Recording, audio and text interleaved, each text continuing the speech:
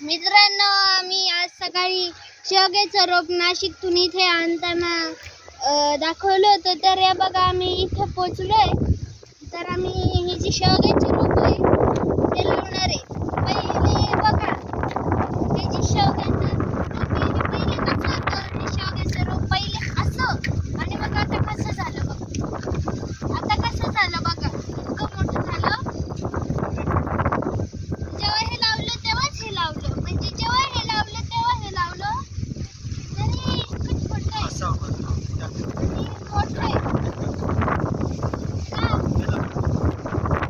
कारण हे नाशिकमध्ये आणि पिशवीतच राहिले. आता जमिनीत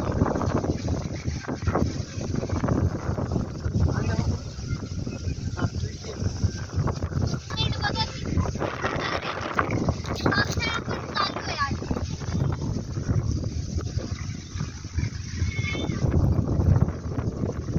आमच्याकडे खूप झाडं लावली आहे.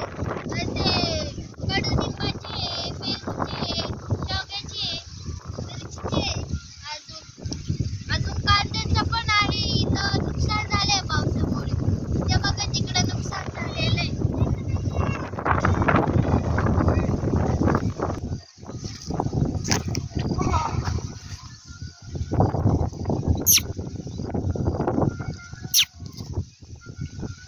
पिशवी काढली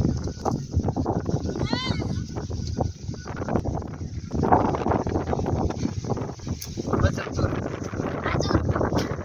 कागद काढून लावायचं, इथं नाही तिकडे लावायचं.